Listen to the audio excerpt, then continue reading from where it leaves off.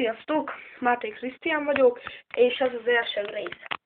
Bűvész trükköket fogok nektek bemutatni, magyarázattal. Az első bűvész trükket nem kell más, csak egy sár. Felteszem a nyakamba. Megfogom, felteszem, és csak lehúzom. Még egyszer megmutatom.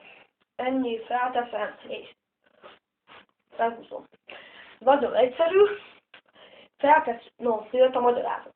Feltesszük, az egyik végig kisebb legyen, mint a másik, így, és a kisebb végignek az ellenkező kezünket, amelyre van, nekem így épp a jobb, megfogjuk, és a másik, a hosszabbnak, az ellenkező irányba lévő kezünket, azt megfogjuk így.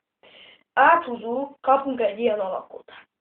És így egyből feltesszük, és így.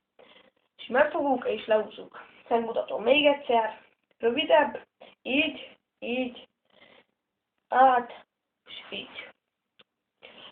Köszönöm a figyelmet. Ha tetszett a videó, kérlek iratkozz fel.